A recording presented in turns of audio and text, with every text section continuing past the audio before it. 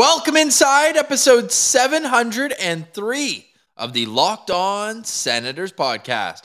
I'm Ross Levitan down in the Sunshine State alongside Brandon Piller up in the Blue Mountains. And for the first time all season, the Ottawa Senators won a game when trailing after two periods, defeating the Washington Capitals 4-3 in overtime. And Ross, we got a big weekend up ahead. The Sens will go up against the Detroit Red Wings to close off 2022 and then up against the Buffalo Sabres to start off 2023. Two division rivals they're chasing. We'll have previews of those games and Sens Prospects at the World Juniors. It's that time of year. All coming up on today's edition of the Locked On Senators podcast. It's your team every day. You're Locked On Senators, your daily podcast on the Ottawa Senators. Part of the Locked On Podcast Network. Your team every day.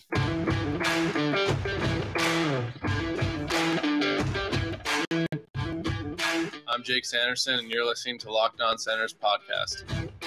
I'm Tim Stützle, and you're listening to the Locked On Senators podcast. Meow.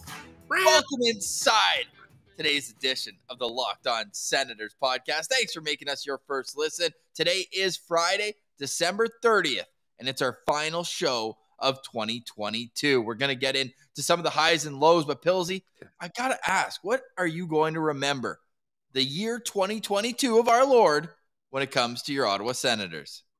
This is an easy answer for me, Ross. It's the off-season. I mean, this was an off-season like no other, Ross. The two of us know the Ottawa Senators off-season very well. In fact, that's usually when we grind the most, actually, because we get up for the draft. The Sens drafts have been absolutely crucial to this franchise. It's been the most exciting time of the year for us, unfortunately. But this year was different. No top 10 selection. They trade away multiple picks to get Alex DeBrincat, a move that they would not have done in any years past. Not only do they get DeBrincat, they get Claude Giroux signing as a free agent, zero cost to them giving up any assets. I mean, $6.5 million a year. That's some cost to the Ottawa Senators, I guess.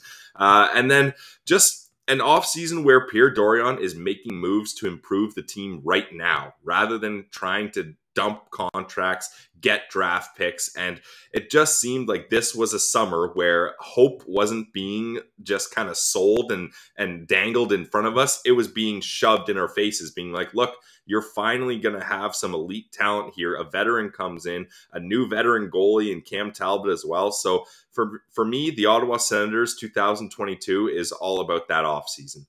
And it perfectly leads into last night's game. I'll tell you my favorite memory a little bit later on in the show. But when you talk about the offseason and Claude Giroux and Alex DeBrincat, those two players had a huge impact in last night's victory over the Washington Capitals. The Sens are now 1-13-2 when trailing after two periods. An enormous comeback victory, and it doesn't happen without the sharp shooting skills of Alex DeBrincat.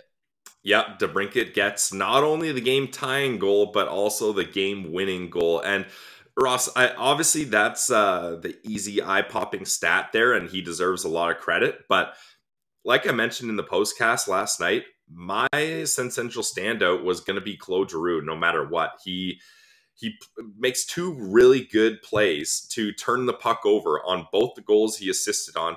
On the Timmy goal, he dives and reads Trevor Van Riemsdyk breakout pass. And then not only that, he has the awareness to hit Timmy with the backhand pass right on the tape, I might add. And then that brings Timmy in for a breakaway, which more often than not, he's going to pull off a nice move and beat a goalie, which he does there. And then in overtime, he steals the puck off of Evgeny Kuznetsov trying to get into the zone, breaks out for a 2-on-1, holds it, head fake, waits for DeBrincat to get open and set up, and boom, slides it over to Cat, and that's one of the easier goals Cat's going to have in his career for the game winner. So I thought Claude Giroux was the real star of this game, because without those two great defensive awareness plays and then transitioning that into offense, this game doesn't head to overtime, and the Senators do not get a 4-3 win. That diving play to set up Timmy, amazing.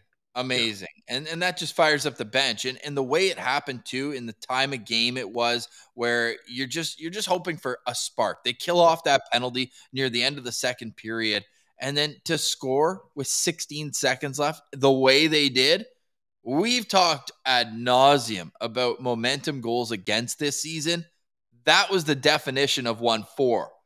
I don't think there's been a game all season where they're trailing after 2 periods. I know they'd lost 14 in a row before last, but where I had the confidence that they were going to come back. I mean, they were out shooting Washington by double at one point in the third period. It was 40-20, the shots on goal. This was a win they deserved, and it was great to see them close it out. I know it's easier to say that when a team's leading, but to battle through the adversity of the puck not going in and facing a starting goalie for the first time in what feels like forever in Darcy Kemper. He made his saves when he had to, but they stuck with it. That was a great win. Jake Sanderson gets his first point in his last, I think, 6 games, if not 7, and his first goal in a long time, second NHL goal. Awesome. Now both of his goals have gone off shin pads, eh? Hey, I don't care how they go in, and I love a defenseman that can get a wrist shot through. I don't care if it has to plinko through every single player on the ice. If that one ends up in the net, it's a good goal for me. For more on last night's game, check out the postcast. Martian and Pilsy had you covered last night. I just want to give a little shout out. I know you talked about honorable mentions last night for Sens Central standouts, but how nice was it having JBD back in the lineup? Bernard Docker, I thought, played a phenomenally calm, responsible game. Didn't try to do too much. And what a complimentary piece on the back end. How about playing 22 and a half minutes, third behind only Shabbat and Sanderson on the Sens back end? What'd you think of 24's performance? Yeah, I thought he had a decent game. The one goal, I forget which one it is. I think the second goal, he kind of let Sheary get past him there. But like Martian mentioned, he was off balance when it happened, and Sheary had the step ahead of him. So I'm not going to get too nitpicky on that. But other than that, I thought he had a really smooth game, and that's what you expect from JBD, especially a young guy coming back from a high ankle sprain. It was pretty impressive. He was able to play those minutes and have a smooth game. If Zub can't come back for Saturday, which we think he might, and that's why I paused, because I think there's a good chance he does. I think it's time to get Hetherington out of the lineup. That was a tough game for him. Dash 2 in only 7.5 minutes. The second goal especially, where he tried to rush the puck through neutral zone and completely got out of position, and then it let up a rush the other way. I knew something was wrong even before that, because when they had the puck behind the net, he didn't know which way to go. He looked so discombobulated. And then it was like, he's like, okay, one way to go up. Anyways, we're not going to pile on the 9th defenseman on this team's roster, but it was a tough game for Hetherington for sure. Yeah, and that's the thing. DJ Smith doesn't really trust him. Like the game before up against Boston, when Nikita Zaitsev gets injured in the first period, Hetherington only finishes the night with, I think, 8.5 minutes played. Zaitsev had 7:15. Zaitsev almost played as much in one period as Hetherington did in the whole game. And you would think when one defenseman goes down, that's going to boost everyone's numbers. No, DJ Smith just stuck with his top 4 that game. And yeah, we don't want to pile on the guy, because also you got to consider he's been sitting around a bunch, just either playing very minimal minutes or not playing at all while these injuries get sorted out. So not exactly the ideal scenario for a guy that's used to playing bigger minutes down in Belleville. Completely agree. But all in all, it's a clean victory for the Ottawa Senators. Those 2 points extend this nice little run, 10-4-2. Nice. In their last 16 games. Now the sample size has grown into a pretty impressive number. They're 6-2-2 in their last 10. They sit with 35 points, only 1 behind Florida, 1 behind Buffalo, and 2 behind their next opponent, the Detroit Red Wings, who are 4th in the Atlantic Division. And there is such a gap between 1, 2, and 3, and then 4. So to be that close, they're in the pack. They're in the race. Meaningful games that we thought were out of the question after November, they could still come about. But they've got one more game to close out 2022. However, of course, we'll have a postcast after tomorrow's game. But this is our last Locked On Senators show of 2020, like I said off the bat. So coming up next, I'm going to tell you who the Sens' leading scorer was in 2022. A little trivia for you. about the year that was. All that's coming up, and a preview of the upcoming weekend, couple division rivals, next on Locked On Senators. Today's episode is brought to you by our friends over at NHTSA, and this is an important message, guys. We've been talking about this all week long, and the message rings still important because everyone knows the risks of driving drunk, but not everyone takes it as seriously as they should. You're hanging out with some friends and you're having some drinks, and it ends up being a longer night than you thought, and everyone's leaving, and you just think about calling for a ride, but you're like, well, I only had a few. I'm probably good enough to drive. I don't live that far away. It's not a big deal.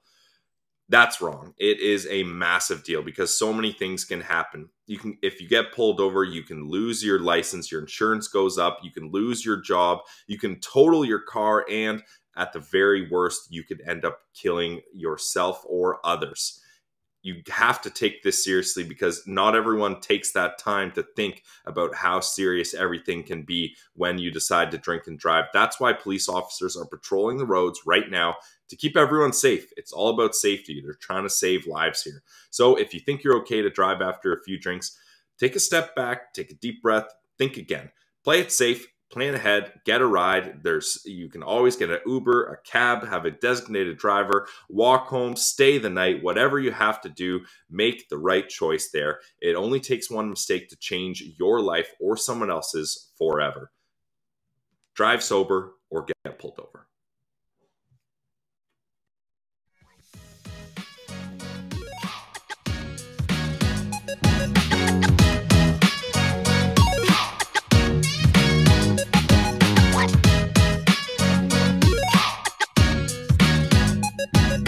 All right, Pilsy. So the Ottawa Senators are back to a Batman 500, we'll call it. 16, 16, and 3. Yes, I know those 3 extra time losses are not wins. But you know what? But they're not exactly losses either, so.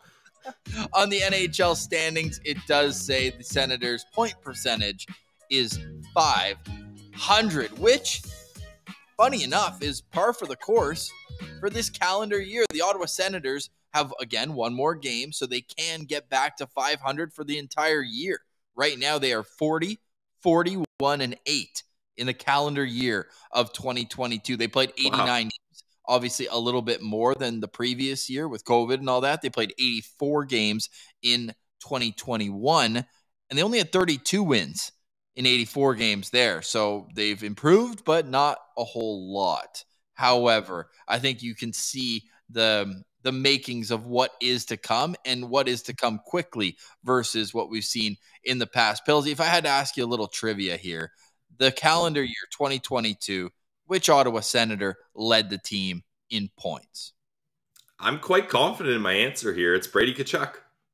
I mean, pretty easy answer. He's actually led the team in points by 9. More impressive than that, he hasn't missed a single game. Yeah, in 2022, correct. Yeah, holy, that's awesome. How many Ottawa Senators do you think have played all 89 games in 2022?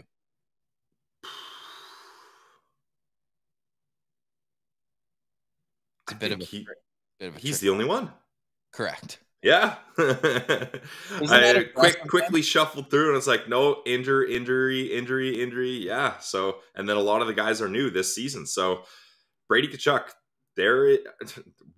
one of the many reasons why he is the captain and the face of this franchise. Yeah. I'm not sure. It's a little bit small, the writing, but I think everyone could see that. Brady Tkachuk, number 1, 89 games played. Austin Watson, 87. Thanks, DJ. That should be his motto for that one. Nick Holden's played 84. Eric Branson, 3 as well. Of course, he's out with injury now. But if we sort this by points, it goes Brady Tkachuk 1. And yes, that is 20-year-old Tim Stützle, who was 19 when 2022 began. Second in points. And look at Drake Batherson. Look at the games played, and he's still up there. Wow. I think next season you're hoping that there's a little less red in the plus-minus category. Yeah, I'm only seeing 3 non-red numbers there, and 2 of them are zeros. So, yes. Amazing to think, though, that Alex DeBrincat is already 6th this calendar year in scoring, despite playing 40% of the games. Yeah, that's incredible. I mean, we've mentioned it. This guy, maybe he's not scoring goals at the pace you'd like. I mean, that's tough to say after coming off a 2-goal performance, scoring the tying and winning goal. But he's finding other ways to produce, and he's been getting assists, and him and Batherson have been... We talk about it a lot on this team, Ross. There's a lot of pairs that you like to see combined together. Drake Batherson and Alex DeBrincat certainly are one of those pairs that I would not break up.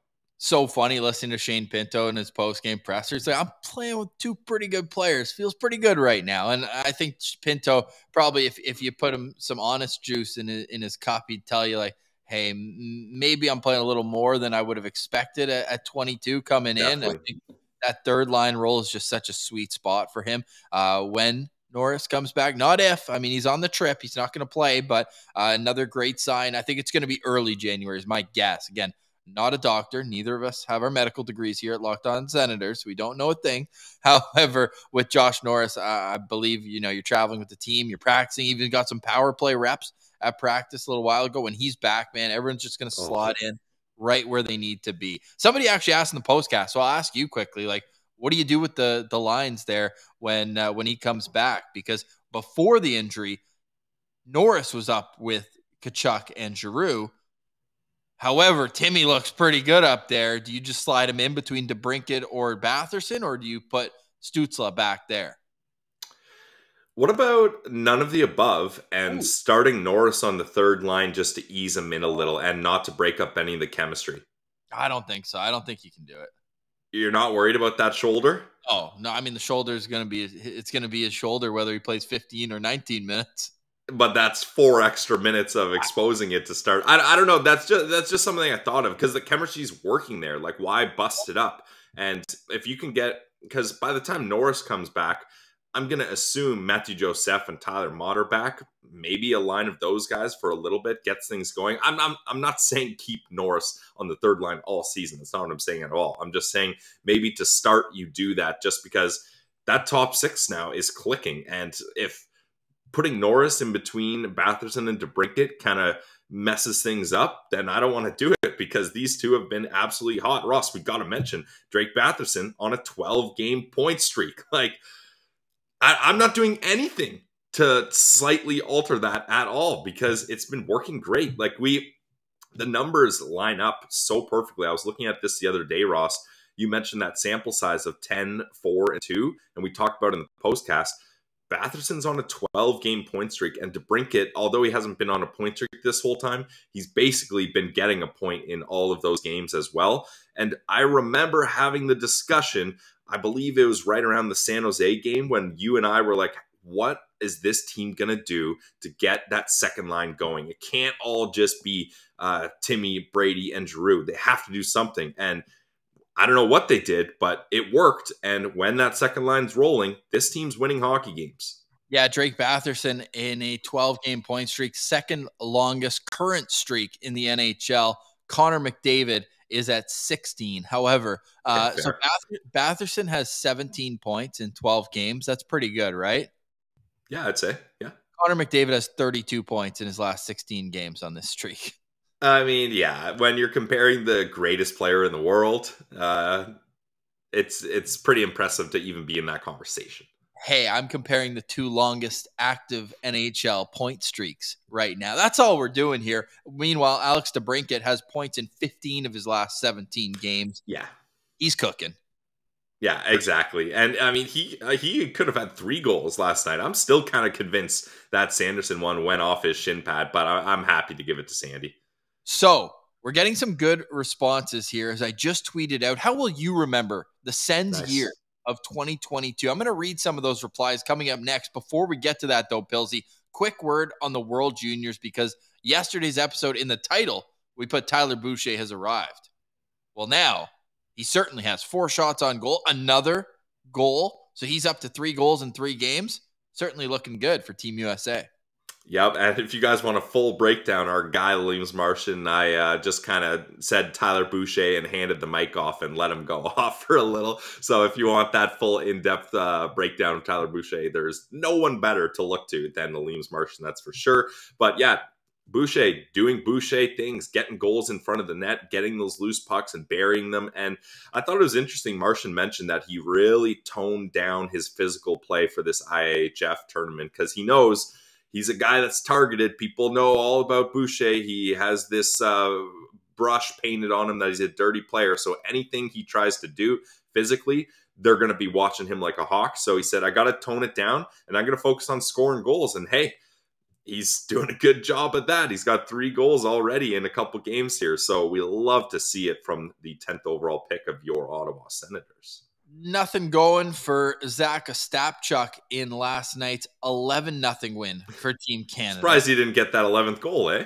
I know he did get an assist. So okay, good. We'll give him that. Also, an assist for Oskar Pettersson. I love Pettersson's game, man. Like, Liesel went down with injury in the first period, and Leo Carlsson couldn't go due to a non-COVID illness right before the game. So his ice time was up a little bit. He played over 14 minutes in that game, had the assist, and just looked solid, man. Like, I didn't realize he had as much grit as he did. Like, he was in mixing it up after the whistle. I guess we knew he was kind of a net front guy too, like great shot, but also a net front guy. So, man, love what we're seeing from Oskar Pettersson so far in this tournament. I mean, we'd be remiss to bring up World Juniors and not mention that Connor Bedard has 13 points already. Decent. Yeah, I think he's going to be a good player. And then just to round out the Sens prospect talk, Thomas Hamara also played. And this was back to the Thomas Hamara experience of last World Juniors, eh? A couple bad turnovers. And then I didn't get to watch the whole game, but from what it looked like, other than that turnover, he had a decent game. But that is an egregious one that, like, he's throwing a pizza up the middle in his own end. He can't be doing that. Yeah, and we say that Ostapchuk and Pettersson had assists. Well, I think Hamara's was probably the most primary that led to immediately to a goal against. He put it right on the tape of Fabian Wagner for Team Sweden, and that opened the scoring too. So a bit of a momentum killer there as Sweden got the better of Czechia by 1 goal at the end of it. Not a game-winning goal, right? It was in the second period, and it was an overtime win at the end of the day. The turnover was in the second, just to clarify. And yeah, I mean, he played 12 minutes. He's going to be a bit more of a project, right? He's a mid-round pick. That's kind of what you expect. And he's getting used to his game over in North America. I think he's starting to play a bit better, but yeah, not the best, not the worst. Like good and bad, I think, for Thomas Hamara in that game. So we'll continue to track that. Light day, no Sens prospects in action at today's World Junior. All right, let's get to some of these responses. What will you remember about 2022? Please let us know in the comments as well. Supporting the show on YouTube goes a long way. If you could subscribe and make sure you put the notification bell on for the postcast. All that's coming up next. You're listening to Locked On Senators. Today's episode is brought to you by the Glebe Central Pub. We love our friends at the Glebe Central Pub. You can find them in the heart of the Glebe at 779 Bank Street. You can tell them Locked On Senators sent you. They've got great drink specials, great food specials. You're always among friends at the Glebe Central Pub. We love not only their passion for hospitality, but also their passion for the Ottawa Senators. You can head over to theglebecentralpub.com and find out when the shuttle is heading to the CTC. They've got definitely the game against Seattle on January 7th. There's no better way to head to the CTC than on the Glebe Central Pub shuttle. You literally don't have to worry about the gong show that is the parking lot out in Canada. You don't have to worry about making sure that you're being responsible and not drinking and driving. You can just go to the Glebe Central Pub, have a few pops, get on the shuttle. They'll take you right back to the Glebe Central Pub after the game. It leaves an hour before, and it's only $15. So go reserve your tickets online at theglebecentralpub.com. $15. That's it. That's unbelievable deal. Great value. And the rowdiness, like the vibes on the bus after the game, can't beat that. Imagine after last night's game. I know it was in Washington, but that type of game where you come from behind, you win the game in OT, you got to be feeling good. The Boston game, perfect example of that. So go check out our friends at the Glebe Central Pub in the heart of the Glebe, 779 Bank Street. You're always among friends at the Glebe Central Pub.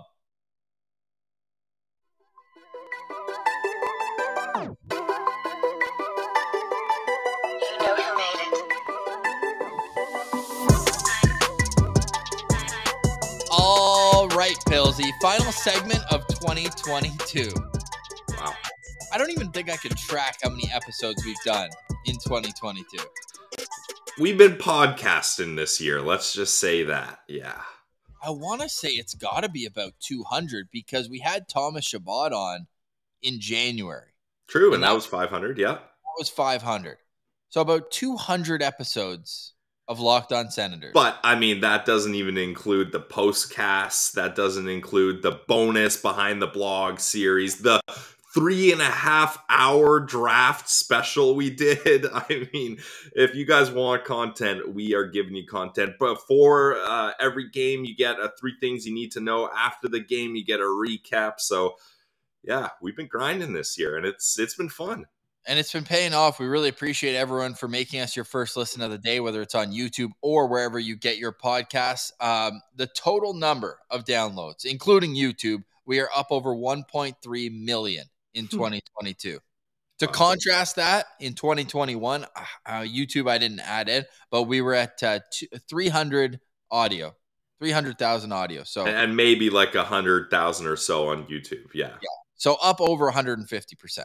Up over 200%. It's been a great year, and we'd be nothing without the great people who make us part of your daily routine. So we just wanted to say thank you for that. It's been a great year, 2022. Well, better than 2021 at least. Better than 2020, even more so. Even though 2020 brought us Tim Stützle and Jake Sanderson. Both players scored last night. Meanwhile, Alex Lafreniere was down the street from me in Tampa, sitting as I was against Montreal the night before in street clothes. So that it's just crazy how it works, and it's nothing against Alexis Lafreniere. I think this is more an indictment on how the New York Rangers have handled him, but just happy we got our guys that we did. So 2022 is here. Wow, of course, as I say this, Ian Mendez posts his best and worst of 2022. Of course, to go great minds think alike. All over that as well. So go have your say on Twitter at Sens Central, on Instagram, lockedon.senators. Pilsy, I think first off, we have to, tip our cap to the legacy of Eugene Melnyk, who passed away in 2022. Yep. But it kind of leads me in, like, the excitement around what the new ownership could look like is really the story I'm taking out of 2022. The summer of, like, initially, remember, it was like I think he passed away in March, and right after it was like new owners, and the family, rightfully so, was like, hey, let us like grieve a little bit. Let us like, live a little first. And it doesn't have to happen overnight.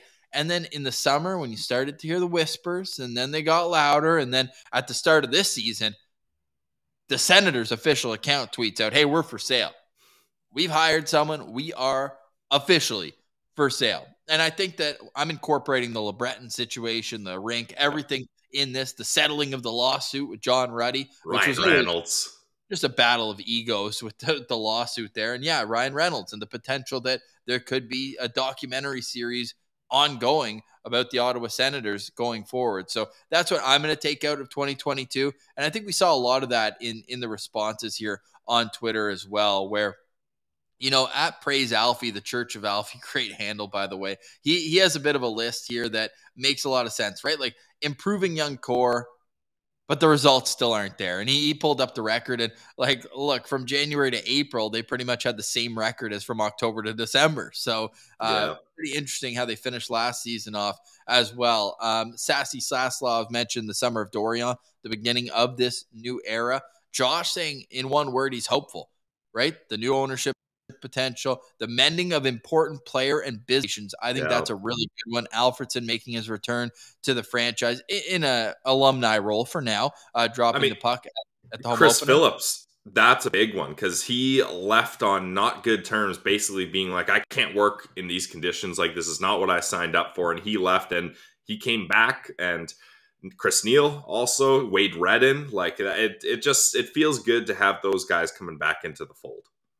Our guy Prague Senators from overseas mentioning that Jimmy, Stu, and Brady have improved a ton. How about Giroux still being elite, and Jake Sanderson quietly impressing in his rookie season? Benji saying that it's exciting and raw, just makes me feel real pumped for the future. And Dave Smalden saying just a complete roller coaster, right? Like November, he puts a few exclamation marks. Yes, I'm already nervous for November 2023. Yeah. It's 11 months away as of Monday, and I'm not excited for that. But coming together, not perfect yet, but beginning to see the growth and potential. Like, does that not sum it up pretty well?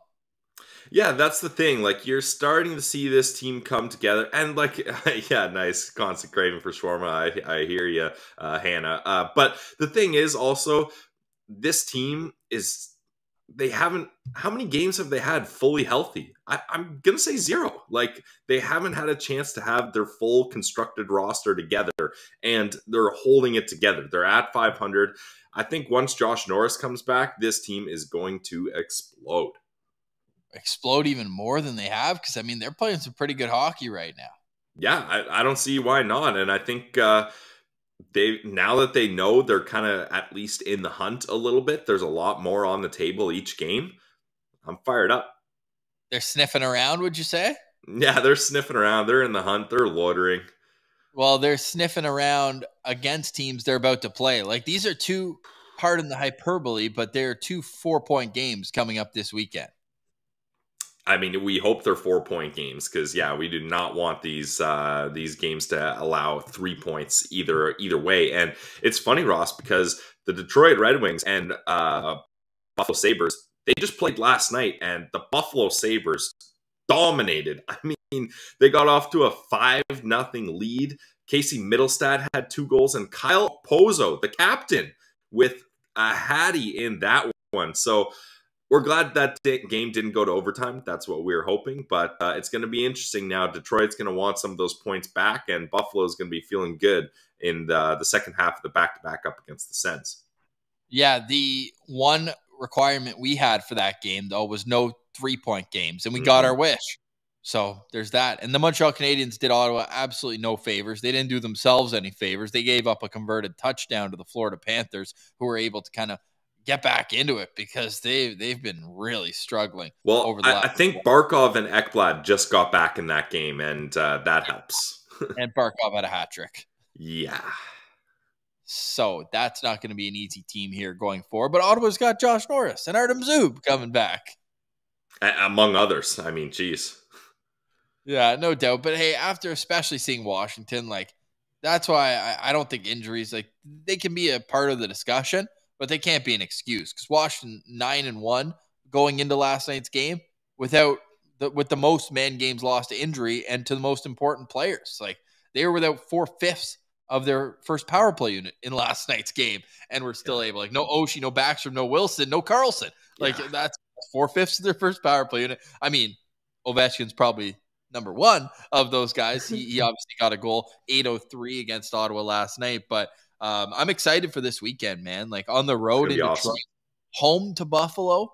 Like, these are 2 big games. Please, no Craig Anderson, though. Like, can we not? Oh, yeah, we don't want to have to bring up that graphic.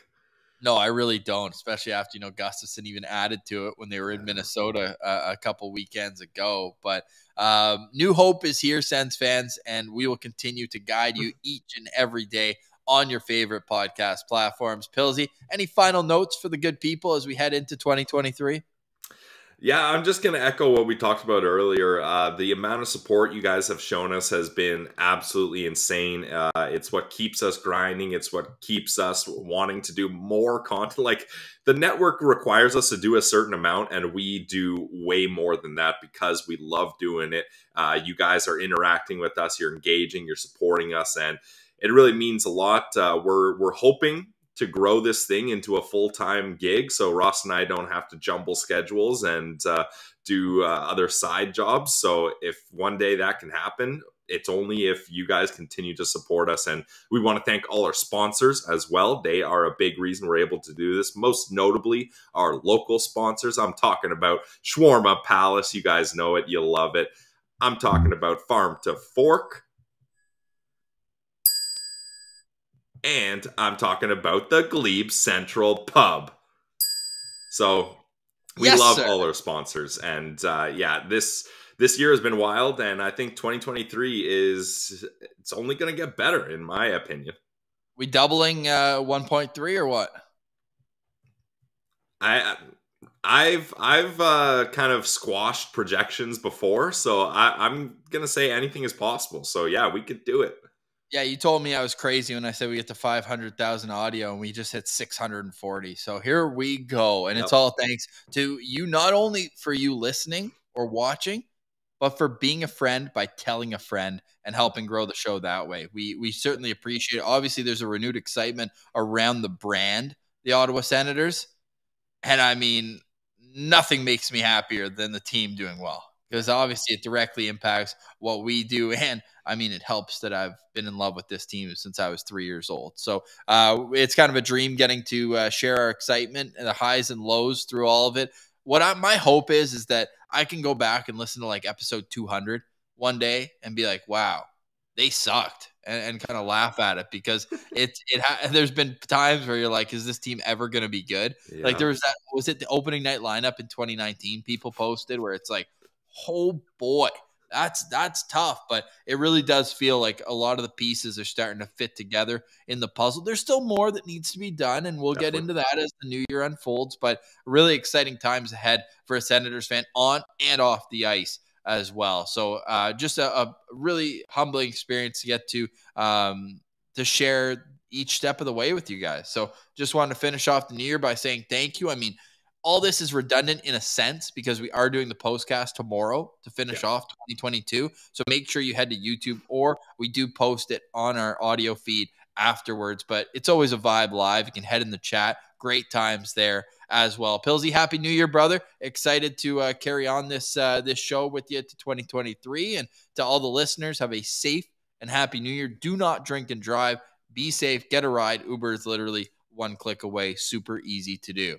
For today and for 2022, we say goodbye. For Brandon Piller, I'm Ross Levitan. This has been the Locked On Senators podcast, your team every day.